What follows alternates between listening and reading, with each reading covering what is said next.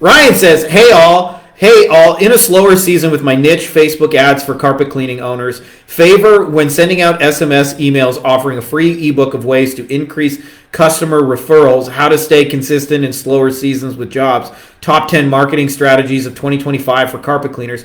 Question, what are some good call to actions that have intrigued carpet cleaners? Either do it yourself, and if they need our agency to help, book a call, watch the pre-recorded presentation. DFY, book a call and pick an offer that's a good fit. Thanks for any feedback. David's up. Says, what are the best strategies to manage client expectations when results take time, such as with SEO or content marketing? Last one we got on the docket. Randy asks, how do you handle scaling your agency without sacrificing service quality or burning out your team?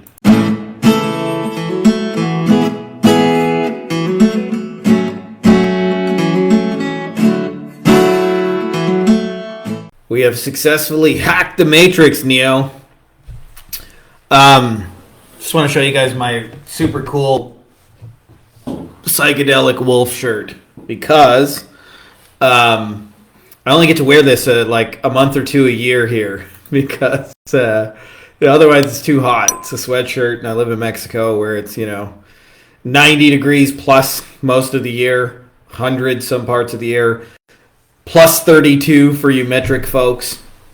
Anyways, quick little announcement just before we get rock and rolling on all your amazing agency owner questions, the things you guys are building and growing and doing.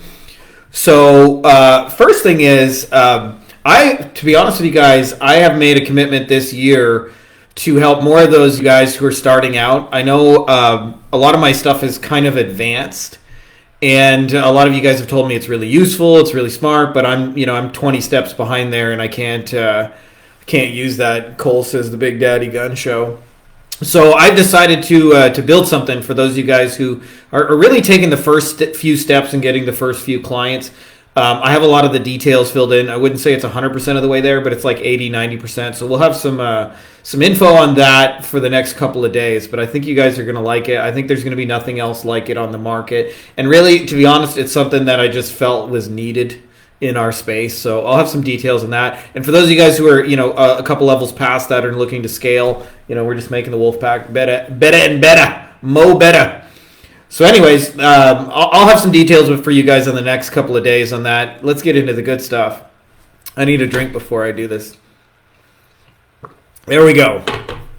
Ladies and gentlemen, boys and girls, children of all ages, Frankie Fihn proudly brings to you our weekly Q&A.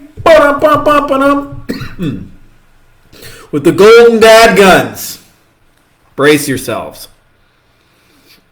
All right, so you guys are asking some good questions this week. I got thoughts and ideas that may be useful to you guys as answers. Matt says, hey, mate, can't help but notice that the Loom post link from the website is dated in the thick of the COVID lockdowns. Is it fair to say that much of Loom as a selling strategy was circumstantial? I suspect it's declined a fair bit by then as consumers and client prospects have ramped up their skepticism again. My dude, I would actually say the opposite. This is a good question because you are right in the sense that there are definitely marketing tactics that come and go, and marketers ruin good things. But having said that, I heard 20 years ago email was dead. I heard 15 years ago SEO was dead. Like the amount of things that have supposedly died that are very much alive and well would blow your mind. And one of those things is Loom videos, despite what most people think, are based on principles and not tactics, and therefore they are true today. In fact, not just that they work, but we sell really in hundreds of agency niches. Like we've got people selling through Loom videos. So obviously we've done that, but it's not just that stuff. I've sold houses through video. I've sold a single car, not plural, just one. We have sold investments. We have sold crypto. We have sold retreats, we have sold coaching, we have sold mastermind, and there's very little, by the way, that can't be closed on a video. So let me talk just to give you guys a little bit of backstory, what I mean by the difference between tactics and principles. So I'll illustrate this in a story that hopefully will make sense of this, okay? So there's a really smart Facebook ads guy named Keith Krantz. And I remember, I don't know, somewhere around like, I want to say like 2015, he ran Facebook ads with video. And when his videos would always start like this, they'd be like flailing hands. And then a thing would say, stop scrolling. And people would stop scrolling and watch his ad. And obviously it accomplished what he was trying to do, which is to get people to watch his stuff and therefore consume his message.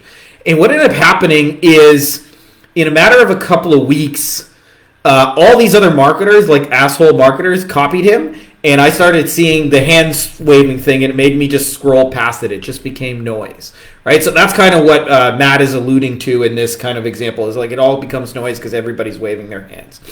So that's a tactic. Wave your hands to get people's attention. The principle that tactic is based on is that if somebody is scrolling, you need to fucking do something to get their attention in the first place. And that principle, by the way, will never change. Never. Like, you need to do something to get people's attention. So if you understand the principle, hey, I need to do something to get people's attention, how many different tactics can you come up with? A fucking million, right? Like, you could have a fish go by. You could have I saw one the other day, a dinosaur jumped out at the screen. Like, there's all kinds of things you can do to get people's attention, right? So Loom videos are based on principles and not tactics. And give you guys a little bit of the backstory of the genesis of these. There is a period of time where I think I want to say 2015, 2016, I was doing calls with attorneys.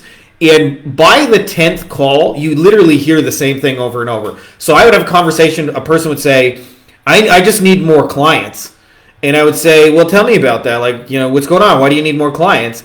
And they would say, well, I have roller coaster income. And I would say, well, what do you mean by that? And they'd say, well, I get all my business from referrals. And they describe how many different referral partners they had. And it was always a number between like 3 and 6 people. And I'd say, what's the problem with that? And they'd say, well, some months I make $100,000 and things are great, but I can barely keep up with the work. And so I feel like I need to hire people and stuff. Some months I get no referrals and I can barely keep the lights on. Should I be hiring a team and scaling? Should I be trying to conserve cash and keep the lights on? All I know is I hate having a business I have no control over. And I'd get on the next call and it would go, I need more clients, roller coaster income, 3 to 6 referral partners, and I got a business I have no control over. And I would literally hear that 100 times in a row. And what changed is somebody would eventually get on a call with me and they'd say, I just need more clients. And I could say, hey, I'll use Cole's name since Cole's here. I'd say, hey, Cole, can I ask you, do you just need more clients because you have roller coaster income, and you have roller coaster income because you're dependent on between 3 to 6 referral partners? They send you a lot of business some months, very little other months. You can either barely keep up with the work or barely keep the lights on. You don't know whether you should have a team or be scaling or conserving cash to keep the lights on. And at the end of the day, you got a business you have no control over and you hate it. Does that sound like you at all? And I'll tell you, I would be 80 to 90% of the way of a sale just by asking that question. Like, holy shit, this guy gets me on another level. And I'm really just repeating back to them. So a lot of the magic of what makes a Loom video work and why are they based on principles and not tactics is because we are just doing sales calls in fast forward. That's it, right? Like, if you do 1,000 plus sales calls, as I have done, it's probably more like 2,000 or 3,000 if I added them all up, maybe even more than that. You hear the same shit over and over. And so you really go through these milestones. And one of the milestones is people are assessing, like, in essence, what can you do for me? And they're really looking for 2 things. It's like, what problem would this solve in my life? Or what outcome would it create? And so one of the first things we do in a Loom video is we show them a problem we can solve or an outcome we can create. Usually that's like 45 minutes of a sales call. And if you can show it to them in a picture so they get it 100 times faster, you skip like 45 minutes of a sales call. But if they now believe that you can potentially solve a bleeding neck problem they have or create a valuable outcome, they will wonder, I wonder if that would work in my situation. So the next thing in a Loom video is we have to be very clear about who it is for and who it is not for. And you're, in essence, describing your ideal client. That's it. You're describing the kind of person you want to work with. And most agencies don't have clarity on that, which is why they say, just jump on a call and we'll come up with a customized such and such. And they can't be clear about it. But then there's a part that's missing for most people's pitches is there's the logical part where they wonder, how does this thing work? And so you need to be able to break it down into systematic steps to show them this is how we're going to solve your problem and create this outcome in your experience. And then if all of those boxes are checked, the next question they will wonder in their mind is, how much is it?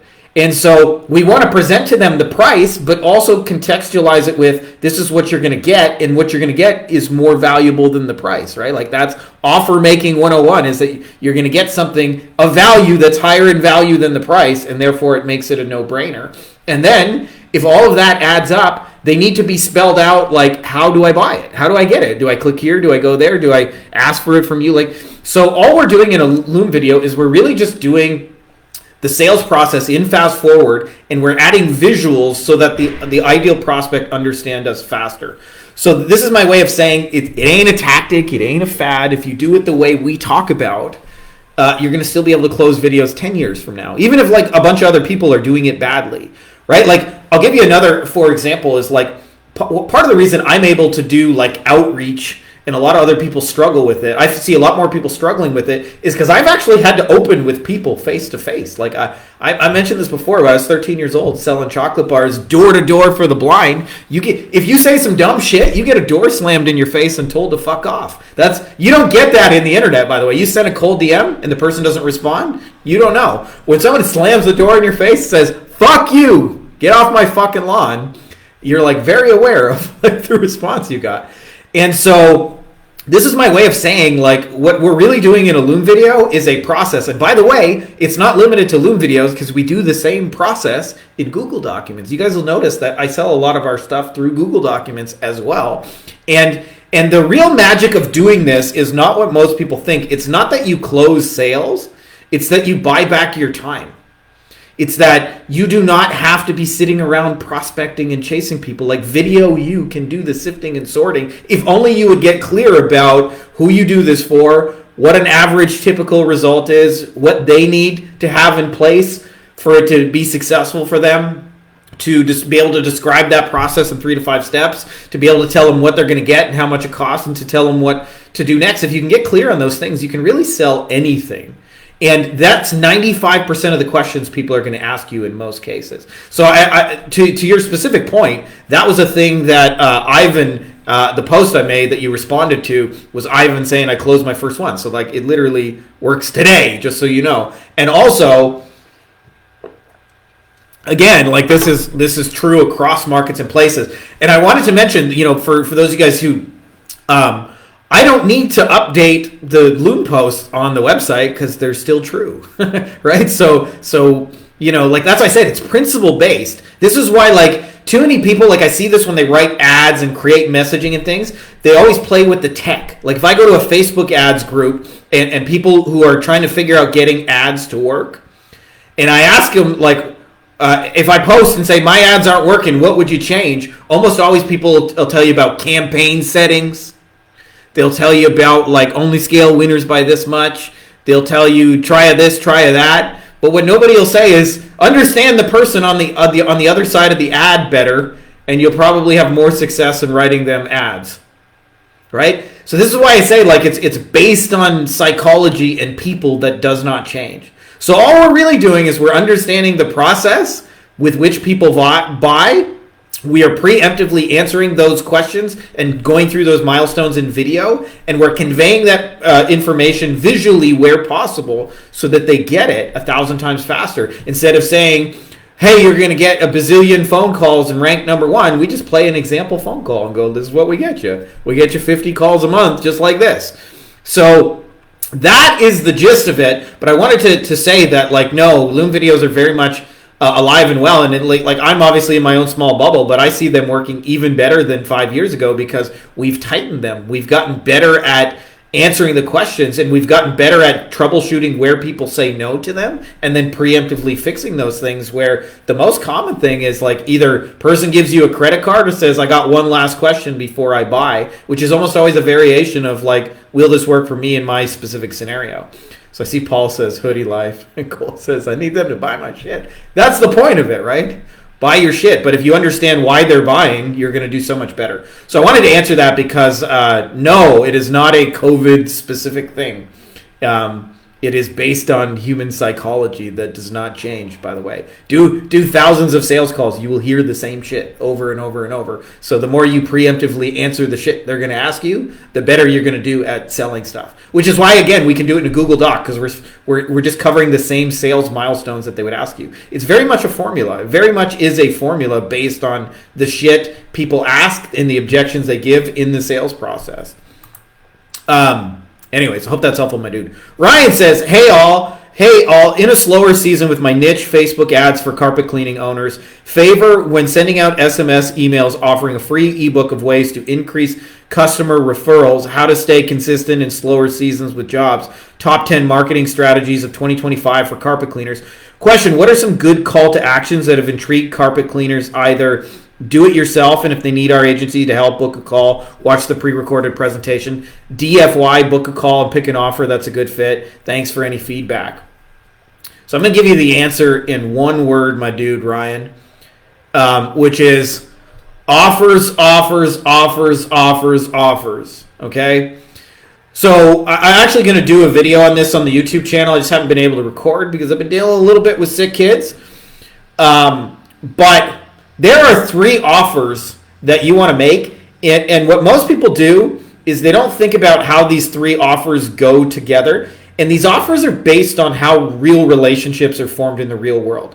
So most of you guys are clear on your marriage offer, the ongoing, going steady with me kind of thing, but if you want to sell a lot of shit and do it in a way where like you're constantly pulling people towards you with offers that make them take steps towards you instead of you always having to chase people. The second offer is what I call a first date, and it is sort of like just like a relationship. If you want to marry the girl, you don't tell her on day 1, I want to marry her. You tell her on day 1, I want to take you on a date. Right? And then the last piece, the opening offer is the coffee date. Now, the coffee date is like the free version of let's get to know each other. And ideally, it is leveraged in a way where it's either like a community or it is, in your case, an ebook or a video or a webinar or something that can be delivered at scale that doesn't require you each extra time to do it. So an ebook is obviously a great example of that. Now, the second thing is, obviously, you want to have a first date that then makes them take a step to actually want to work together with you. And then the marriage is obviously probably the piece you're the most clear on. So I haven't really talked about this, but this shit works like straight gangbusters when those 3 offers, when you create them so they work together. So let me give you an example of one that I schemed with a person in our mastermind who's doing super well. Okay? So they were trying to sell a Go high-level software that helps people in their niche to get reviews, okay? The niche doesn't really matter for this case, but, it was in a niche. So they're trying to help them get Go high-level reviews, right? That is their marriage offer. Pay me every month for this software, and I'll get you a bunch of Google reviews.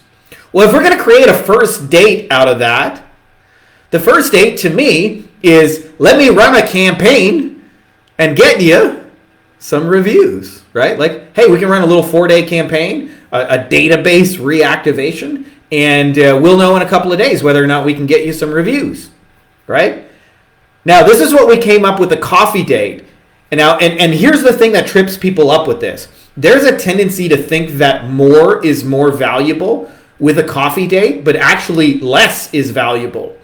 So, like, a lot of times people think you need to come up with a 300-page ebook when in reality, you can give them a 1-page, 1-sentence thing to do, and that's more valuable because they can actually get something done. So I'll tell you how I come up with these is I think about if I was a carpet cleaner in your case, and I needed to move the needle, and I only had 10, 15 minutes to do one little thing, what would I do? And so what we did in the review case is we just sent a 1-sentence question that they could ask their past customers, just text it out manually. Hey, question for you. We really appreciate your help. Is there any chance, or we really appreciate working with you. Is there any chance you could leave us a Google review? Question mark. Text that. And they can do that in like 2 minutes. They can grab their last customer, text it out, and now they see that that process works to get a Google review, which now leads into the first date. Hey, let's run a campaign and get you a bunch more. And that leads into the marriage. Let's just do this for you every month, right?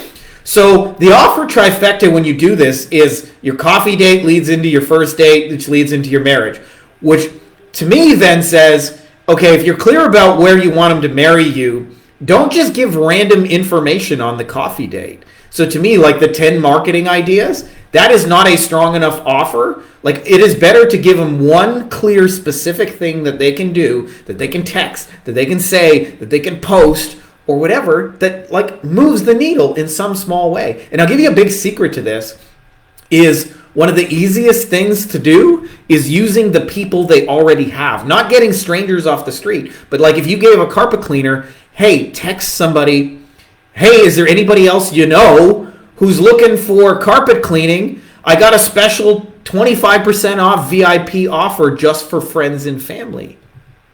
Question. Text that. Holy shit, we got one referral. They will immediately wonder, what else can we do?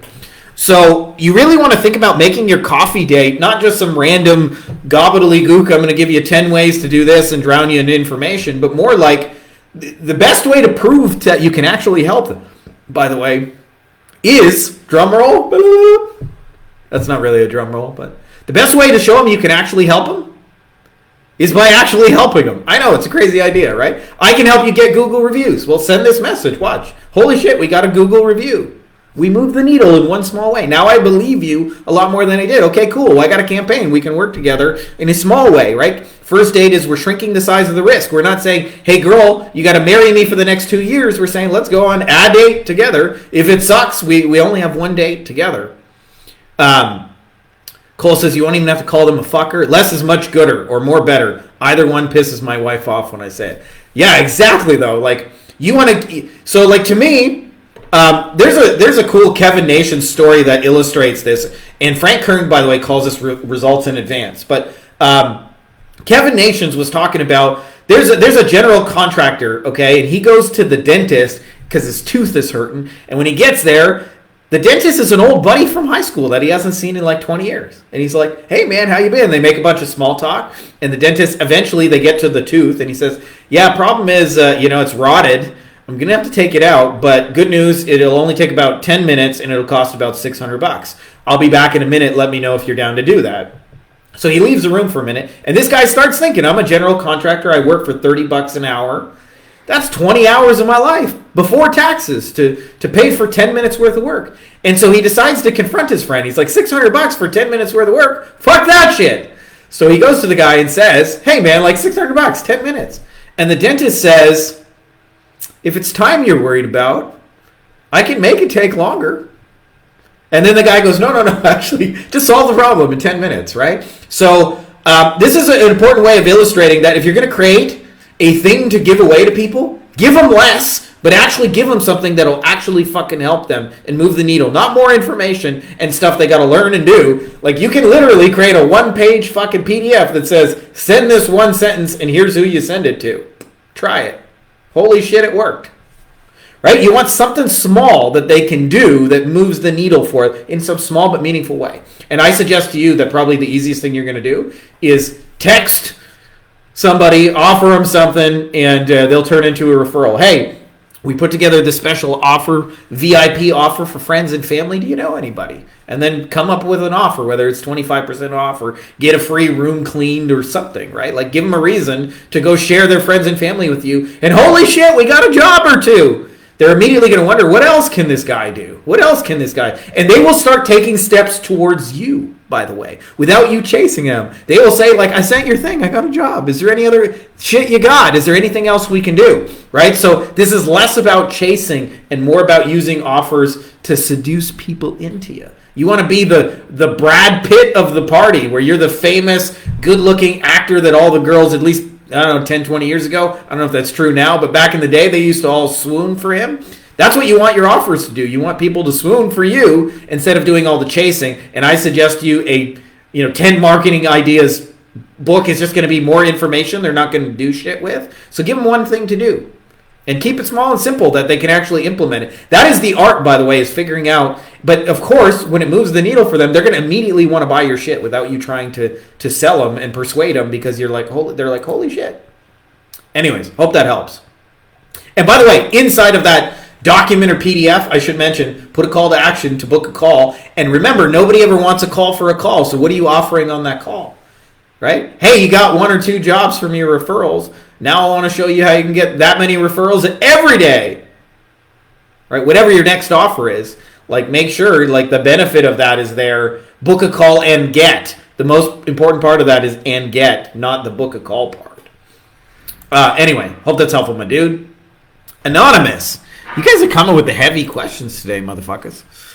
Anonymous asks, hello, I'm still going through the Beyond Agency book, but parts don't make sense to me. The book advocates for profit share with companies, which I like the idea of. However, it doesn't give examples of how it's calculated or negotiated. If your service targets companies already spending on Google, Meta, and Snapchat, then you come in. How do you actually claim attribution to any profit you generate? What's to stop the owner from saying they would have got that revenue anyway? The only solution I can think of is some sort of complex reporting. Also, is the revenue from the merchant account generated openly, shared in a data room booth, the data room both parties have access to? I love the idea of a transparent partnership with RevShare, but struggle to see tactically how it would break down. Any ideas? I'm still new and learning. So I'll be real with you, brother who remains to be anonymous, although I can see as the admin who asked that question. So we'll call you C for short. So C Money, I'll be real with you. Partnerships are probably a little more advanced. I think when you break in, you go through 3 tiers, and they very much mirror the tiers of like poor, middle class, and wealthy. So when you're poor and you're starting out, like usually mentally, your ideal client is anyone with a credit card, right? Like that's anyone who will pay me is an ideal client. That's my ideal client, right? And then what happens is you get a bunch of clients over time, and you start to get a little more sophisticated and realize like they're not all created equally. They're not all equally easy to help. They don't all equally have money. They some are more demanding than others. And you start to get clearer on who I want to work for. And you graduate to the middle class version, which is you run as in essence, a salary. Like the way most people do retainer model is very much akin to a salary. And you know, when you want a salary, you want a good job, you want good pay, you want good benefits, you want, you know, a lot of the right fit kind of elements. When you graduate to partnership deals, and I'll tell you one of the things that makes you graduate is if you've ever ran like a middle class operation where you get a salary, and then what happens is you like have a significant impact on revenue and growth of a company, you're always a little disappointed that you didn't get any of that, right? So I think about like my first big plastic surgeon client. I remember I'd been working with him like 3 to 6 months, and I was brand new at SEO, and basically every conversation I had with a client was basically asking me, what do these reports mean? Can you explain this to me in English? So it was a doctor in Dallas named Sam. Sam asked me to call him, and I said, I actually was apologetic. The Canadian in me was like, hey, sorry, Sam, I know you're busy. I don't mean to take up your time. And he laughed at me, which was not the reaction I was expecting. But he said, are you fucking kidding me? He said, I have no idea what you're doing, but people call all day long, and they say, we found you on Google. Our business has blown up. You've probably added $3 million to our business in the last half year already. And please, whatever you're doing, keep doing it. But yeah, to me, you're more important than my office manager. And I'll tell you, guess what I was charging Sam at those days? I was charging $400 a month, baby. And I made him $3 million in 6 months. I bet, when I look back on that, I would have rather just, said, hey, Sam, it's $400 a month plus 10% of any of the growth we create for you, which he would have said, no problem. And that illustrates the downside of the retainer model, is when it works really well, you are not compensated for the, hey, it worked really fucking well. And in the partnership deals, you're after something different, which is ownership and control. So that is the basis of it. But having said that, it is very advanced, and there are a lot of things that can go wrong. And the number one question people always ask me about in it is what you're asking, which is the technical side of it. How do I track the revenue that I have created? And I will answer that question in a second, but I'm here to tell you there's actually a far, far more important question, and very, very few people ask it, which is who makes for the right partner? Because if you get that detail right, you can have imperfect tracking. You can have a lot of the other shit go wrong, and you will still win, and you still make a bunch of money, and it will be easy for both you and your client to do so. Okay? So who makes for the right clients? And this is like, if I could really just summarize it in a word, it would be winners. the people who are already at the top 5% of their market. So there's generally, by the way, interestingly enough, most people in the middle of a marketplace are not open to partnerships because they view it as too risky, too much to lose. The people who are open to it are the broke people at the bottom because they have no money to invest, so they're happy. This is why you see like broke agencies always like, I'm hiring a commission-only salesperson, right? If you generate revenue for me, I'm happy to give you some of it, right? So they're always open to those deals. The problem is they don't have working offers, they don't have working systems, they don't know how to close. Nobody really needs what they're selling. Like there's a lot of broken things in that. The people in the top 5% almost always are already collaborating and they already have partnerships. They have vendors they work with. They have teams they work with. They have outside help. Sometimes they bring in consultants for equity. Sometimes they have literal partners. Sometimes they have people who fund them. So you're not selling them on partnerships. They're already doing partnerships. You're just adding another collaborative partnership to them. So what happens is when you work with the top people, it works way, way better. And also, an important detail, you choose them, not the other way around. If ever anybody says to you, I'll do it if I can pay you after, fucking run, because that's a broke beginner. It's like, hey, I'm coming to you because I see all these ways in which I can help you. Okay? So let's be clear on that, because I have some partners, just so you know, I have imperfect tracking. And I still, I think of one that just sent me a $15,000 check. They could have easily screwed me. I had no tracking. There was no perfect data. And yet, here you go. Here's your cut. Here's your payout. Thanks for playing the game, right? So it's all about the right partners, okay? So having said that, you're asking the tracking question. And the tracking question, assuming you have the right partners, is don't run the same offer that they're already running, right? Like if I was doing this for a pizza place and they got 2 large pizzas for $19.99, I might create a 2 large pizzas, breadsticks, and a Coke for $24.99. Now, anybody who comes in and buys the $24.99 special, where did they come from? 100% of them from me. And by the way, one of the easiest ways to take your client's offer that's working and make it new again is to just add some sort of complimentary bonus, which does not even have to be your thing. It can be like a Starbucks gift card. So Ryan, in the example, let's say he had a working carpet cleaning offer, get a free room cleaned. It could be get a free room cleaned and you get a Starbucks gift card, right? Now we got a new offer and we can market it ourselves. So it is not a technical thing like people think it is. Having said that, when we do these partnerships, what we typically do, which is different than most people, is most people run campaigns to get front-end buyers. In other words, new strangers off the street. And the biggest reason people do this is because this is what business owners will ask for 99 times out of 100. They believe everything in their business is 100% optimized, and therefore the only way to add revenue is to bring more strangers off the street. And to them, that is true and real, and so that is what they will ask you for. Most times when you're doing a partnership, you recognize they are sitting on assets in the back end. So for example, I think of locally using restaurants. There's a local Chinese place that sells like steamed buns called Qinbao. It's delicious. We've been to like Ilke and I on our dates. We've probably been to like 50 to 100 restaurants in the last 2 years. Only one of those restaurants ever texted me an offer to come back in. Qinbao. They put me on a WhatsApp list. Everything on Mexico, like everybody messages each other with WhatsApp. That's kind of, for you American folks, probably don't use it that much. But in Mexico and other international places, like literally everyone uses it. And so he texts me, we got a ramen special. We got a bao bun special. We got noodles. We got soup. We got ramen. We got a dessert. We got special shiitake mushrooms. And I go back in and I eat it. And it's delicious. So that is an example of most restaurants do nothing, right, with their back end. They don't text their people. They don't make them offers. They don't say, come back. This is universally true in every business. So typically when you're doing a partnership deal, you're not working on the front end with Google and Facebook and meta ads and things like that. You're working on their back end and you're helping them to multiply the profit that they already have. So I hope that clears the mud a little bit. And if you're going to do these partnerships, now the biggest thing with these partnerships is most people can't handle the idea that they will do something and not get a guaranteed paycheck, which is why most people operate in the middle class version of, I do this for a monthly retainer. And there's nothing wrong with that, by the way. I did monthly retainer for like 15 years.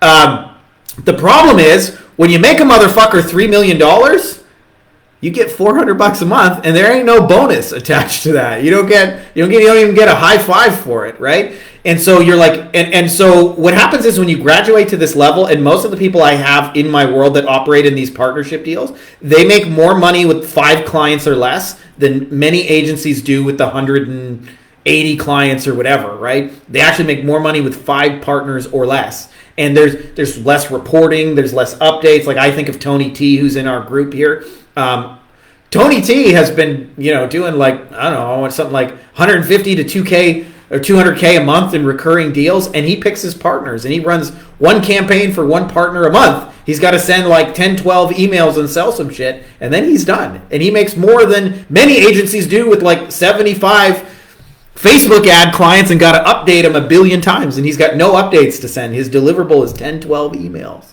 for one client, for one person, right? So that's the magic of knowing how to put together these deals, is you make far more money than less. In the same way that if you're in middle class and you're getting a salary, but now you ask for company shares, hey, I want to grow this company, and I get company shares, all of a sudden you're in a partnership, and when that company blows up, you'll make more off of the shares than you ever did off of your salary. So you can also hybridize it and get a salary and upside. So to go back to your question, if you wanted to do like front end pay per things like that, I would do pay per lead if you're going to run like Facebook ads or Google ads on the front end side of things. Now, having said that, if you do decide to graduate to the partnerships, like I said, the 2 biggest pitfalls are, 1, you're not going to get paid, and 2, you're going to waste time. Okay, and most people, by the way, cannot handle those things, which is why they demand a salary up front. But the flip side of that is you limit severely your earning potential on the upside, right? Like when a client makes an extra $3 million, you make nothing on a retainer other than like, hey, we're happy with your service. So the way we do that is we simply manage those risks. So ideally, what I'm looking for in a partnership deal is I look at what can I do in an hour to move the needle and test them as a partner so that I find out whether they're going to pay me and do the right thing and be transparent and show me. And what happens is if I do an hour's worth of work and they stall on the paycheck or it doesn't convert for whatever reason, sometimes it doesn't work. Like maybe their past buyers are mad at them, right? Like sometimes you email their list and their list goes, give me a refund, you cocksucking motherfucker, right? We're probably not going to do a long-term partnership on that. Flip side is sometimes we send a couple emails and we have sales pop in the first 10 minutes, like, hey, it's a pretty good sign. We sent an email. You got sales. How would you like us to do something like this for you all the time? So you have to manage those risks by investing small amounts of time to test your partner, and you have to be able to create winning offers for them. If you can do that, partnerships make a lot of sense. If you're not ready for that, no shame in that, my friend. Stick to what I would say is stick to the middle class retainer version.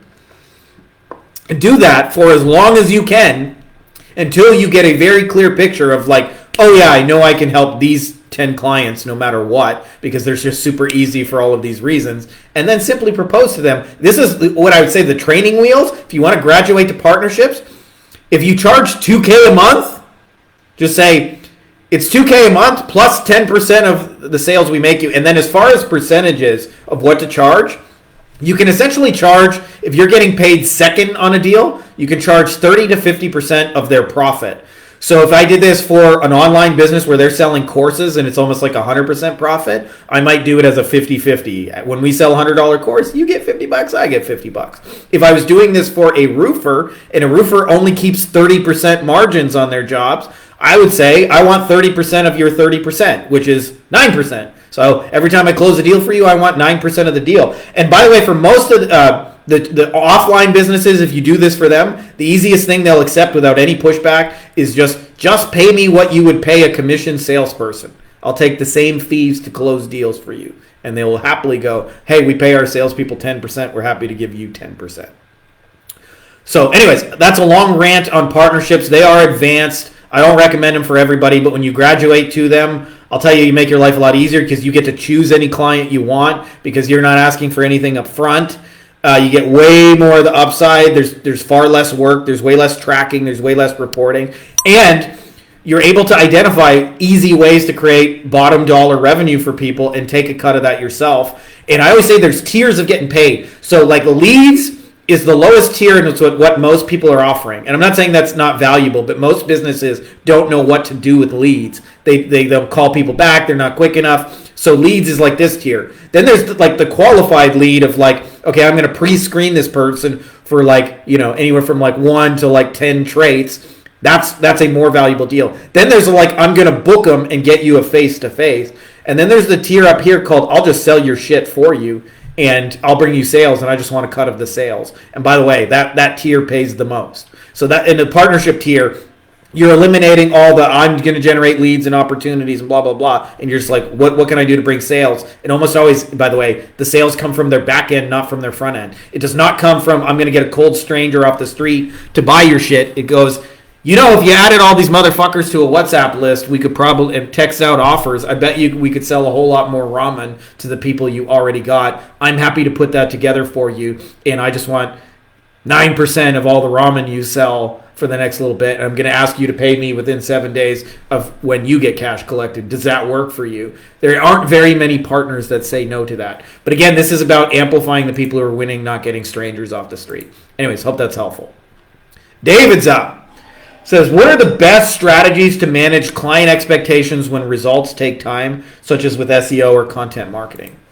This is probably like the bane of my existence for like 10 years.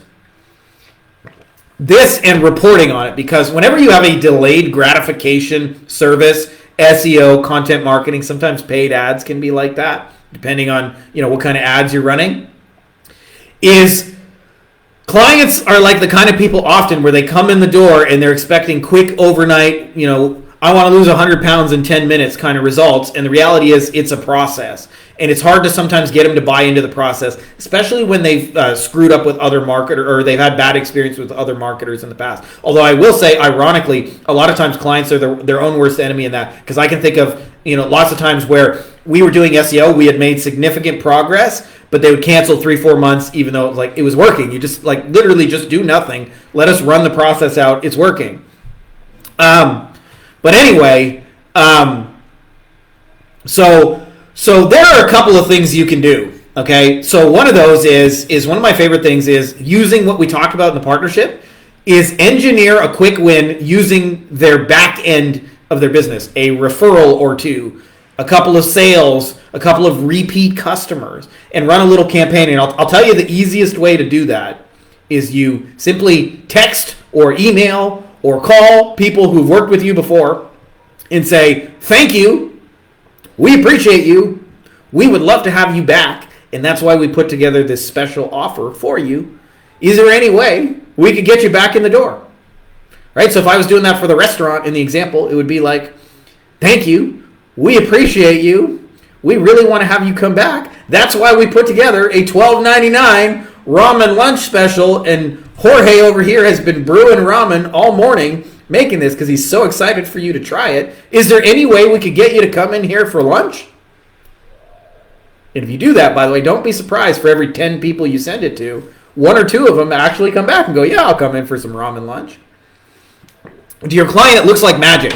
So I'll tell you, if you can engineer a quick win that works alongside your long deliverable, you give yourself a much better chance of keeping that client. And I actually found this out by accident. I wrote about this in book number 1 here. But, my client, Carl, I actually remember I was really stressing out because, we were running ads for about 20 clients. This was my very early days in my Facebook ad agency. And most of them it was working for. But Carl was one of the ones it was not. And he also, wouldn't return my messages and stuff like that. And I thought I just screwed up and I'd failed him. And then, of course, we had a live in-person boot camp, 50 people in Atlanta.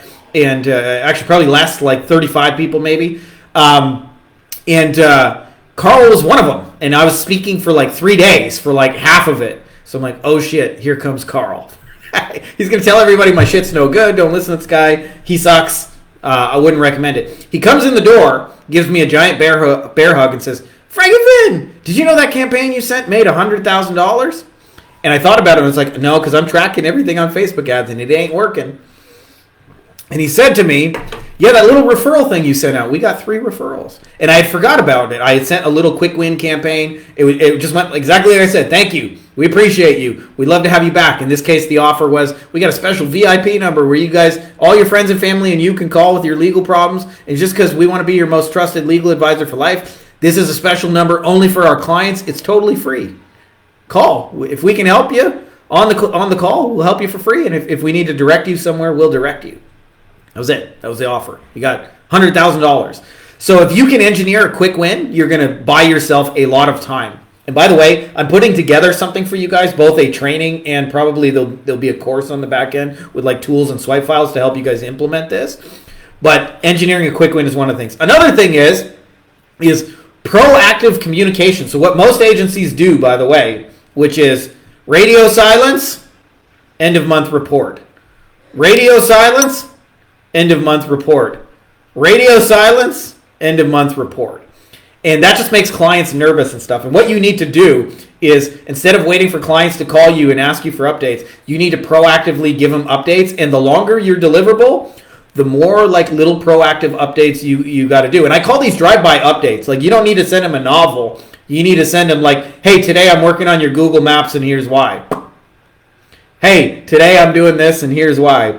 And send, right? Like, we're talking 2, 3, 4, 5 sentences if you're feeling super generous. But if you do those, you probably for most of you guys who do SEO in particular, you probably greatly underestimate how many messages like that you need to send, because the answer is close to 100. 100. So if their shit is going to take 6 to 12 months, you need 100 touches, and you need more of them in the beginning. So in the beginning, you're actually touching the clients like 4 or 5 times a week. And then after a couple of months, it's still like once a week you're touching them and letting them know what you're working on, why you're working on, and where it's progressing. I'll tell you, I wrote about this, but this is a real example. So I was at my last house down here in Mexico, and I saw my neighbor, and I don't know, I'm kind of a private guy. I was just trying to make small talk with the guy so I could, go back in my house. Nice to see you, neighbor. And I asked the guy, like, some house you got built there. How was it getting your house built down here? And I was also curious because I'm trying to, we were, planning on building our own.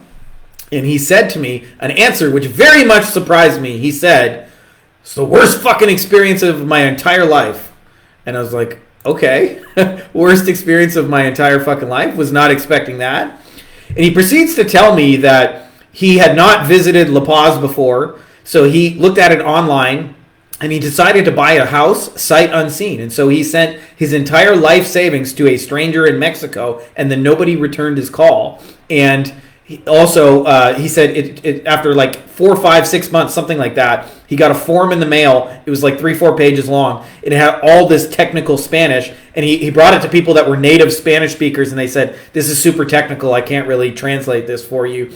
And so, what am I supposed to do with it? And I said, and then what happened? And he said, 12 months later, he drove down, and his house was built perfectly. Perfect house. So I want you to think about that as a metaphor for perfect SEO, perfect Facebook ads, perfect content marketing. And he said it was the worst fucking experience of my life. And it was because he was kept in the dark in communication, right? And all that happens is when clients don't know what's happening, they fill it with anxiety and mistrust. Oh, I got screwed. Oh, I got ripped off for my life savings. Oh, I probably sent it to the drug cartels. I'm such an idiot. I just got ripped off. I wire transferred it. I can't even get it back. How stupid am I? Oh my God, why won't these people get back to me? Did you just get screwed? I'm going to go there and confront these guys. That's all he thought about for like 12 months. So 50% of your job is doing great SEO, and 50% is actually reporting on that. We have some custom GPTs, by the way, that can write these messages inside of the Wolfpack. For those of you guys who are in there, we can write all those messaging and play offense on communication. So you know what updates you're going to send to clients and when, and they will stay and pay a whole bunch longer. And those are probably the 2 biggest pieces. Engineer a quick win and over communicate and do it proactively and do it in plain English, not in technical reports. I'm working on this and that's why I'm doing it, and here's what's going to happen for you over the long haul. Very little of this is actually, especially with the delayed gratification like SEO, it's not about great SEO. It's about great client service that actually keeps them. And then the last piece is like little touches. So I found that this is my sneaky version of it. Clients would almost always they would let us go at 3-4 months, or they would stay forever. So at 3-4 months, they would say, well, it's not really working. I'm not really getting any phone calls. And it was just like, it actually was working. It was like they gave you the ball on the 10-yard line. Now they're 7 yards up the field, and they're starting to look at the red zone. But they're like, hey, I'm not getting any points. So I obviously, this SEO thing doesn't work.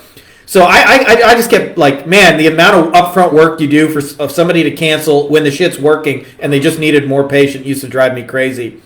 So I started at figuring out at month 3 when they cancel, I started sending them gifts. So I'd send here's a picture of your family. Hey, I know it requires a lot of faith in the process, and we so appreciate you guys having faith in the process that here's a picture of you and your kids, and we just love you guys.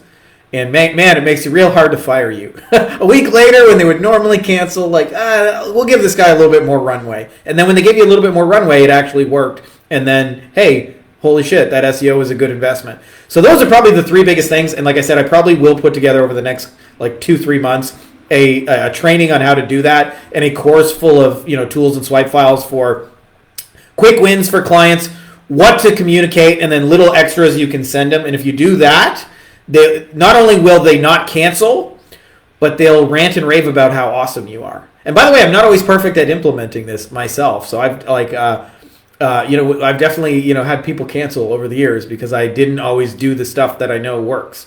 Balls get dropped, lots of things to manage, things like that. So anyways, wanted to share that with you guys because that just helps. Last one we got on the docket, Randy asked, how do you handle scaling your agency without sacrificing service quality or burning out your team? By the way, since your name's Randy, I just picture a trailer park guys with a fat gut. I know you're not that guy, but I just picture Jim Leahy going, Randy Bobandy. All right, so anyways, Randy, let's talk about scaling this shit up without burning your team out. So there is a book that I think really every agency owner should read by Greg McKeown called Essentialism. And he goes deep into a concept in there called less but better. And really, I think when 98% of companies scale, the secret to scaling is different than what most people think it is. It is found in less but better. And almost always when people think scale, they think because they're thinking more clients and more money, we're going to do more shit. And you can do all of that shit after you have scaled, but it is a bad idea during the scaling process. My 2 favorite examples, by the way, 2 companies you may have heard of, McDonald's, Amazon. Okay? When McDonald's first scaled, they didn't even need to sell French fries and Cokes. In the beginning, they were just burgers. Just burgers. Think about that. They eventually added the fries and Coke shortly thereafter. But when they first started scaling, one thing, and why is that important? Because how easy is it to train a team to do one thing over and over and over and over? And the flip side of that is, how hard is it to train a team to do 100 different things? Right? If you're doing websites and then sometimes pay-per-click, and you do it for a plumber and a dentist and a doctor, and then the next day you're making videos, and then you're doing content, and then you're doing consulting, and then you're doing WordPress editing, and you're managing freelancers, your scaling life is going to be fucking miserable, and your team's going to get burnt out as a motherfucker. But the guy who's just doing burgers and says, oh, sorry, we don't do Chinese food, I'm going to refer you to a really good Chinese place, but if you guys know anybody looking for burgers, send them our way. That guy's going to scale a whole bunch easier. Second company, Amazon. Amazon today is a fucking retail giant, the biggest online, obviously. But when they scaled, Amazon sold one thing. When they started scaling, books. That's it. Come to our website, buy books. One thing. So almost always when people try and scale and their team is getting burnt out, it's because they're not doing one thing. They're not doing less but better. They're doing more but worse. So they'll be doing, like I said, a little bit of SEO, a little bit of pay-per-click, this client, that client, a little bit in this niche, a little bit in that. We got to go high-level SaaS. We got a referral system. We got a this. We'll consult. And they're just doing too many things that pull them in 100 different directions and require finding all these freelancers and miracle workers. When you're just making burgers, you don't need miracle workers. You just need people who can follow the fucking recipe. If they happen to be miracle workers and they can help you re-engineer the recipe to be even better, all the power to them, but at the end of the day, you just want them for that, one thing, basically. So anyway, that is the secret to scaling. Less but better, my dude. That is it right there. One niche, one deliverable, one solution, one sales process, one repeat thing you just do over and over and over. And I'll tell you, for me, the hardest part of that is in my first agency, I viewed all money as good money. And so if you showed up to our agency, we did probably about 75% white label SEO for plastic surgeons. But about 25% of it, somebody just showed up with a credit card and said, can you guys do this? I heard you guys are the internet people. Can you do this? And I said, yes, if we could. If I thought we could. Every time. Do you guys do videos? Of course we can do videos.